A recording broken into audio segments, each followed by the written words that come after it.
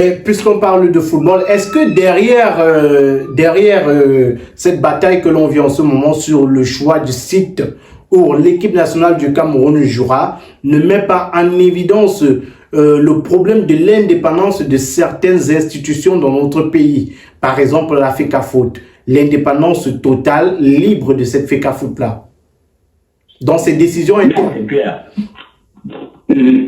Allez. Allô? Oui, je vous écoute. Oui. Bon, effectivement, c'est...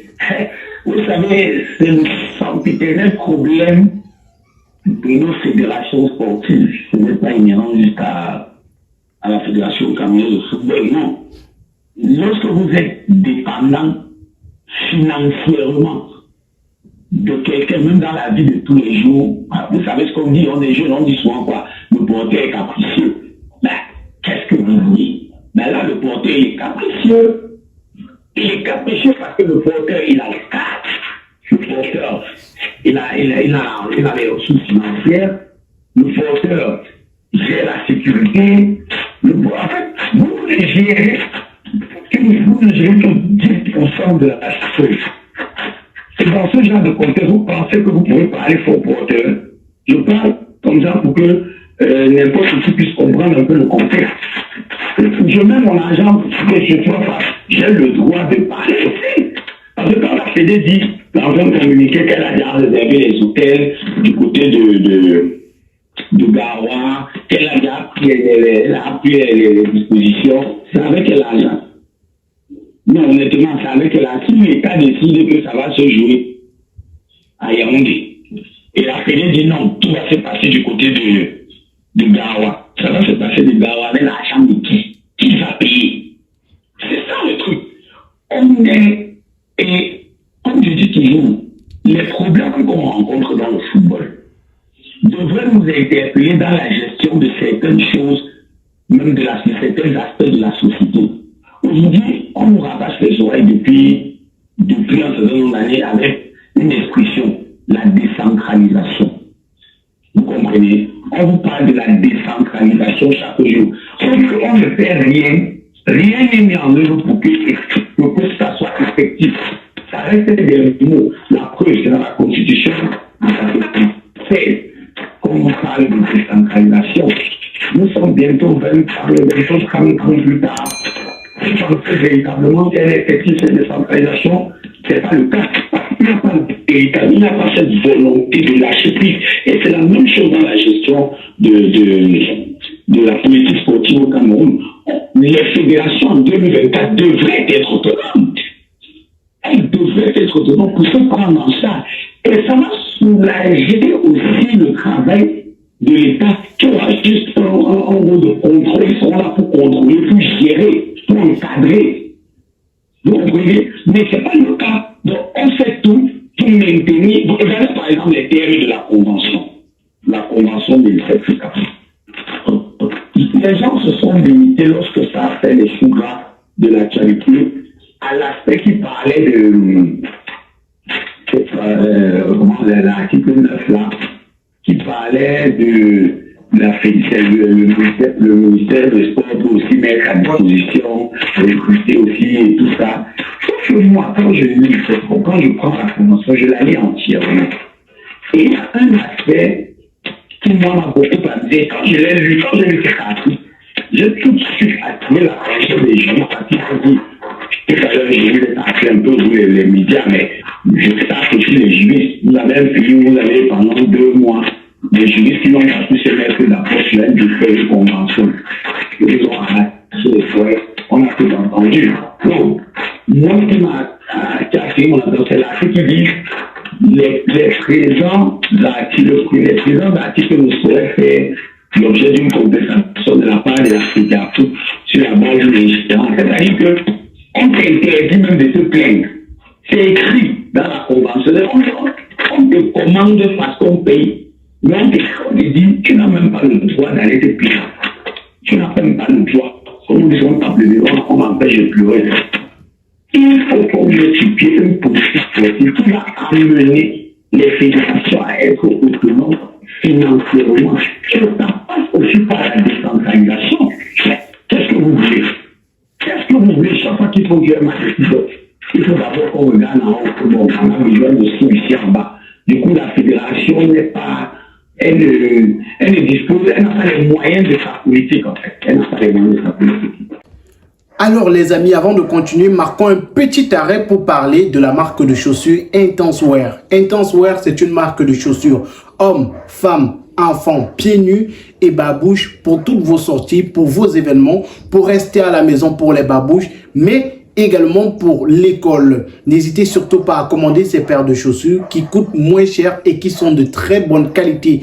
Vous avez des chaussures avec des tissus camerounais, avec des tissus béninois, avec des tissus maliens, des tissus ivoiriens. Vous avez des coupes personnalisées qui peuvent vous être confectionnées. Intense Wear, c'est la marque de chaussures numéro 1 en ce moment. Vous avez cette paire que j'ai entre les mains. Vous avez cette pieds nus qui sont des modèles différents. Vous avez également juste à côté en image les différents modèles. Ce sont de très belles chaussures, des chaussures faites avec du matériel de qualité, durable. Et ces chaussures sont à petit coût seulement. Le numéro de téléphone s'affiche au bas du petit écran pour tous ceux qui aimeraient avoir leur paire de chaussures ou leur babouche Intense Wear. Vous voyez, cette paire, c'est celle que je porte, raison pour laquelle vous avez un peu de sable sur la semelle. Donc, n'hésitez surtout pas à commander dès maintenant vos paires de chaussures Intense Wear via le numéro de téléphone qui est présent au bas de l'écran.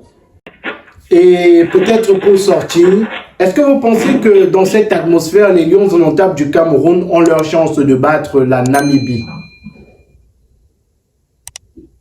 Je ne vous suis pas très bien, s'il vous plaît. Est-ce que dans cette atmosphère, cette atmosphère de bataille, de combat, où on ne prépare même pas encore la rencontre, on n'a même pas encore la liste officielle communiquée des Lions qui sont convoqués pour cette rencontre. Est-ce que dans cette atmosphère, les Lions indomptables pourront battre la Namibie? On se posait la même question lors du match, lorsqu'on prépare le match face au Cameroun. Parce qu'il faut dire, au sortir de la Coupe d'Afrique des Nations, de notre prestation catastrophique, on va le dire comme ça, qui aurait mis une pièce comme sur ce match, sur le Cameroun, lors de ce match contre le Cameroun. Quand on a vu quelles ont été les performances du Cap-Vert et de l'Angola à la CAN, personne n'aurait parié qu'on aurait pris 4 points sur 6. Personne. D'autant plus avec tout ce qui s'est passé, les deux staffs, il n'y a pas les équipements, les deux voyages, les problèmes par-ci, par-là, guerre de communication et tout. Personne n'aurait imaginé ça. Vous savez, le football, et c'est ça qui est dommage. Le football a pris le Cameroun en otage pendant 6 mois. Je vous dis 6 mois, je vous explique. En janvier, il y avait la CAN. Jusqu'en février. Voilà pour moi, en février, on est dans le 2e mois. Sauf que la CAN se termine, je crois, le 11 ou le 12, quelque chose comme ça. La CAN se termine et derrière, il faut faire le bilan de la CAN. Sauf que on ne fait pas le bilan, on se met à chercher le bouc émissaire. Et dans la recherche du bouc émissaire, on se trouve tout dans un système où tantôt c'est André, on en avait l'histoire de l'avion, chacun en comme il est venu, tantôt les diplômes, Ringo n'a pas les diplômes, tantôt c'est l'affaire Gano Piquet, tantôt c'est l'affaire le président était dans les vestiaires, tantôt c'est la sortie du gardien qui est à Fabrice Ondopa. On a tourné comme ça et après, bim, on se retrouve 28 février, renouvellement ou non du contrat de Gouberson. Le contrat n'est pas renouvelé. On entre en mars, il y a un fenêtre FIFA. On n'a pas de match, ça commence à brouiller. On entre en avril, le décret sort de nomination de Marbrice. Ça fait tous les jours, mai, juin jusqu'au match. Vous voyez que voilà 6 mois qu'on a passé comme ça à débattre du football autour des Lions. Il y a une pause. Et là, c'est bis les petits tas. On recommande. Moi, j'aime que je dis, un imbécile, c'est quelqu'un qui ne change pas d'avis. Vous comprenez? Du coup, moi, je pense que tous les acteurs de cette série sont de gros imbéciles. Excusez-moi, c'est pas une injure, hein. C'est un adage. Un imbécile, c'est quelqu'un qui ne change pas d'avis. Donc, avec les 2 mois qu'il y a eu, on se rend donc compte qu'il n'y a véritablement eu aucune démarche qui va dans le sens de l'apaisement. Bien au contraire, ça continue et ça pourrait même s'empirer. Nous sommes rendus aujourd'hui à la date du 27, 11 du 7, c'est-à-dire dans 11 jours, si je ne me trompe pas. On n'a même pas la liste. La liste, en fait, il y a la liste, mais elle n'est pas encore officielle, elle n'a pas encore été rendue publique. Je ne sais pas si vous vous rendez compte. À moins 11 jours, la liste n'est pas encore rendue publique. Les gens savent, parce qu'ils ont déjà forcément aussi des convocations. On a vu celle adressée oui, il s'appelle Aboubakar Vincent, qui a fuité. À côté de ça, il n'y a rien. On ne sait pas ce qui se passe. On ne sait pas ce qui va venir. Bon, est-ce que vous trouvez que c'est normal? Est-ce que vous trouvez que c'est normal? Bon, est-ce qu'on va gagner la Namibie? Moi, je vais vous dire oui parce que je suis Camerounais, je suis pas des Lions, je veux qu'on gagne.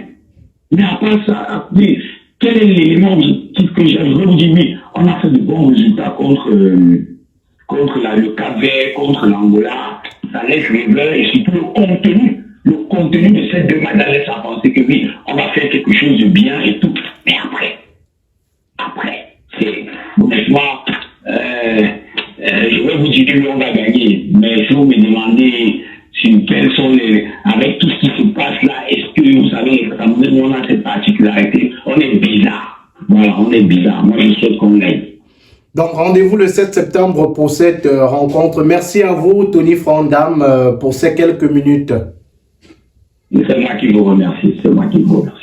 Chers internautes, merci à tous d'avoir suivi ce contenu. N'hésitez surtout pas, vous également, à réagir en commentaire. Dites-nous ce que vous pensez de cette actualité, des sujets qui ont été évoqués dans cette émission. C'est en commentaire que ça se passe. Si vous êtes nouveau sur la chaîne, abonnez-vous, cliquez sur la cloche de notification pour ne rien manquer de nos prochaines vidéos. N'hésitez surtout pas à liker la vidéo et partager à vos proches. À très bientôt. Avant de continuer, chers internautes, marquons ce petit arrêt pour parler de ce dispositif sécuritaire. Fini l'époque où nos appareils à la maison se grillaient de fait de surtension. Ces rallonges sont munis de régulateurs de tension, de ce dispositif de sécurité qui permet de débrancher automatiquement vos appareils en cas de surtension ou alors de tension trop basse à la maison. Et ces rallonges sont munis également d'un dispositif qui vous permet d'arrêter vos appareils de façon singulière. Vous avez votre réfrigérateur que vous avez branché ici. Si vous voulez arrêter uniquement votre réfrigérateur, vous n'avez plus besoin de le débrancher. Vous allez l'arrêter tout simplement ici. Si vous avez votre téléviseur que vous voulez débrancher, vous l'avez branché ici, vous arrêtez singulièrement votre téléviseur. Et en arrêtant votre téléviseur, les autres appareils qui sont branchés ailleurs ne s'arrêtent pas. Et je le disais, cet appareil, c'est un appareil qui protège vos appareils. Donc, avec ce dispositif, vos appareils sont à sécurité. C'est un 3 en 1. Régulateur de tension, dispositif en cas de surcharge ou alors de tension trop basse. Et surtout, système d'arrêt singulier pour vos appareils. Contactez dès maintenant le numéro de téléphone qui est présent tout juste au bas de cet écran et arrachez-vous ce dispositif au prix promo de 6 500 francs CFA seulement.